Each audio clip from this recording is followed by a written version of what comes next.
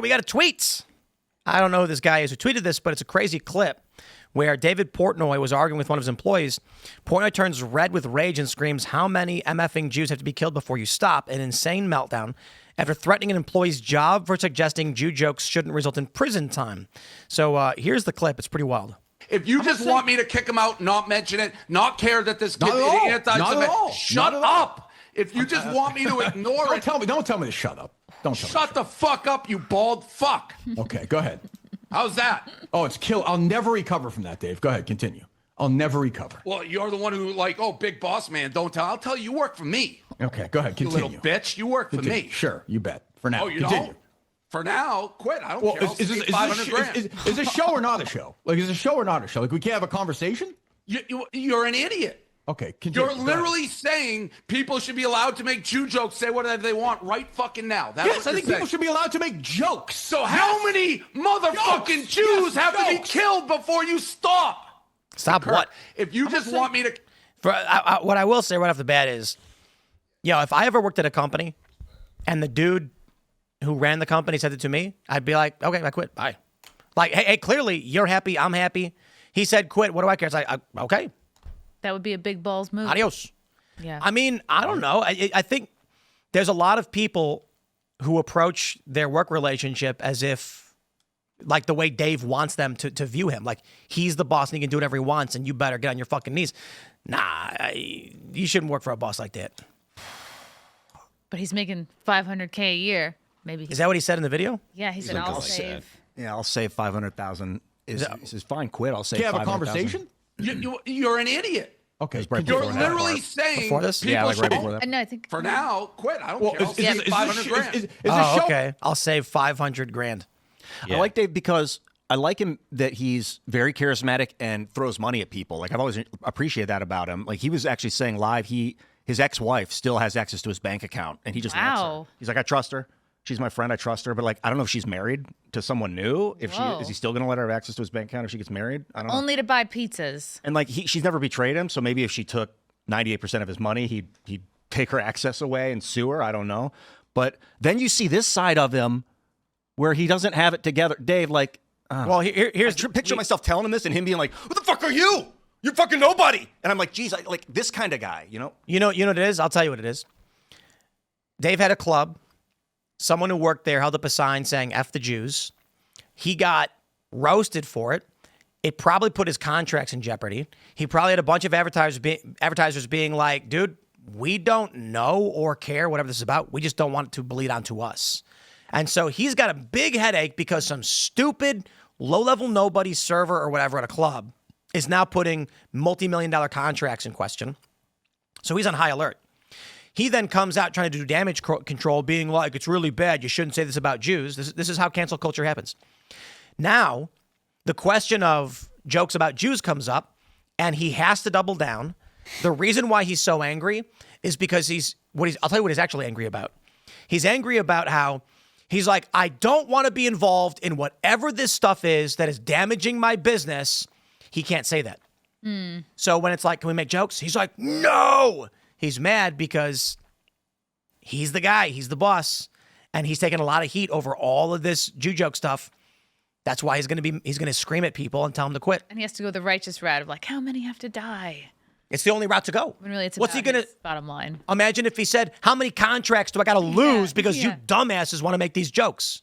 I'd respect him more if he said that. Yeah. If he came out and said, your stupid jokes cause companies we work with to not want to work with us, so I'll fire you right now before I lose that contract, I'd be like, that makes sense. Okay, I get it. That's a different story. That's pure business, understandable at least. I understand that more than, you can never make jokes. Yeah, like trying to tell someone to shut up because you're paying them is like horrible in the age of internet video where you're having shows, telling your host of your show to shut up. Like, talk about self-sabotage. Dude, who's the guy on the right? What's his name? He's a Dan Bongino stunt double. We should find out. This guy needs to Laconia? promote that mother. What's the guy's name? I don't know. All I know is Brock would know. I think he should have quit on the spot.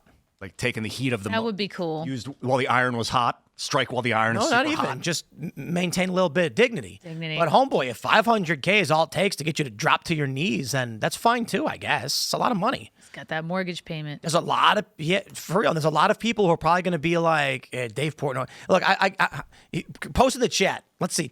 Post a 1 if you would take $500,000 to let Dave Portnoy yell at you like that. Post a 2 if you wouldn't do it. I bet a lot of people would say, hell yeah.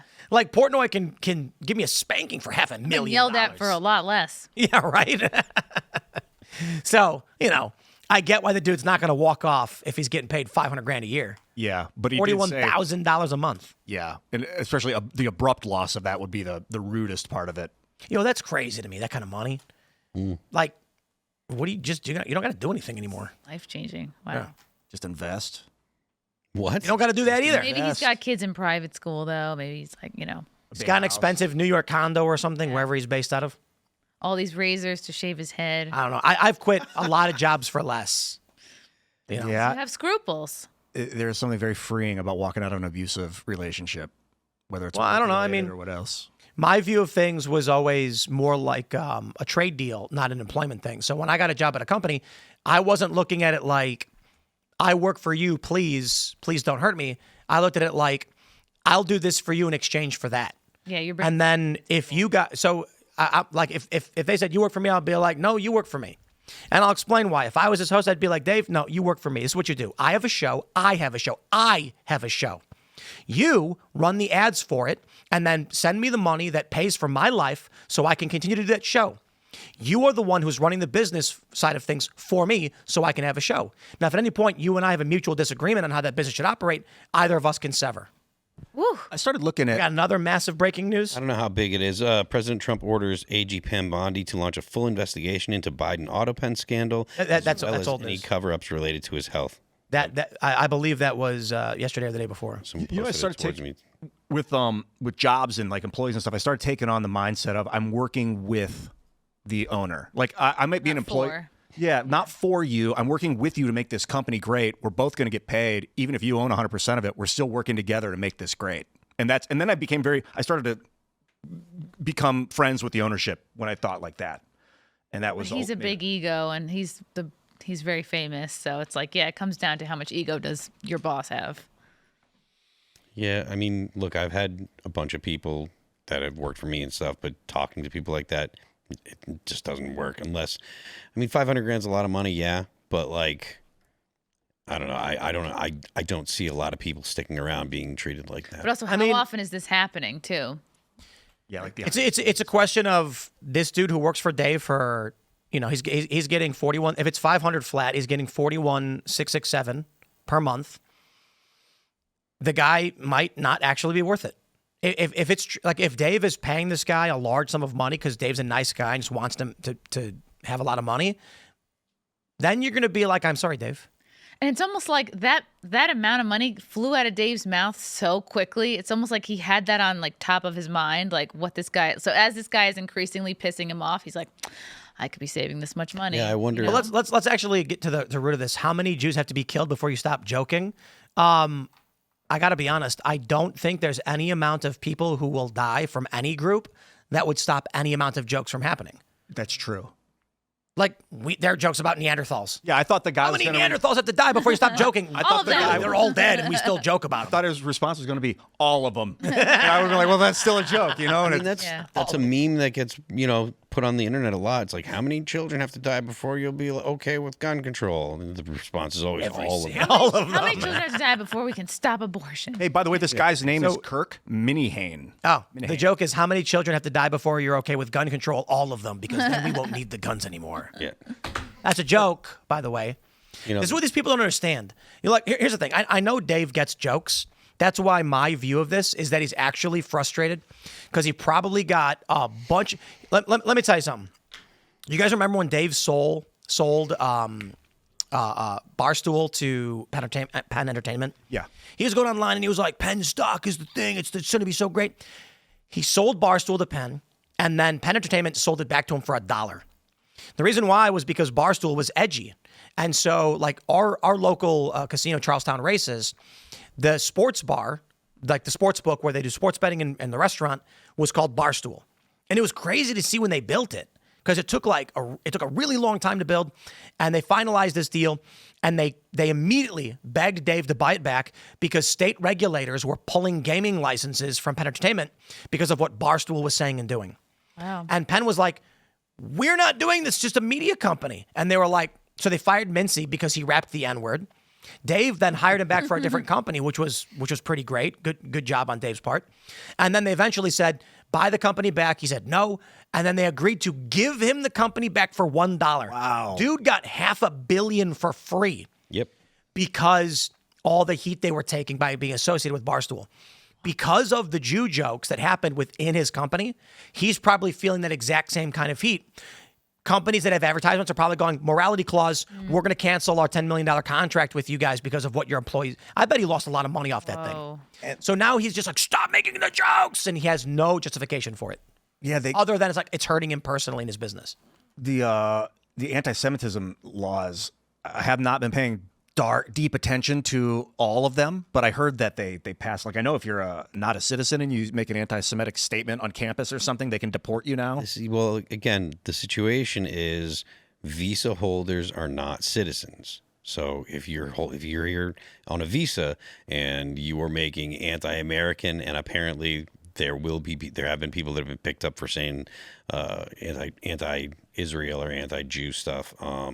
So you can get picked up, but again, these people are not citizens, so the process is not the same thing as trying to, strip someone of their citizenship and send them to another country. I bet they did not see that coming. Wow.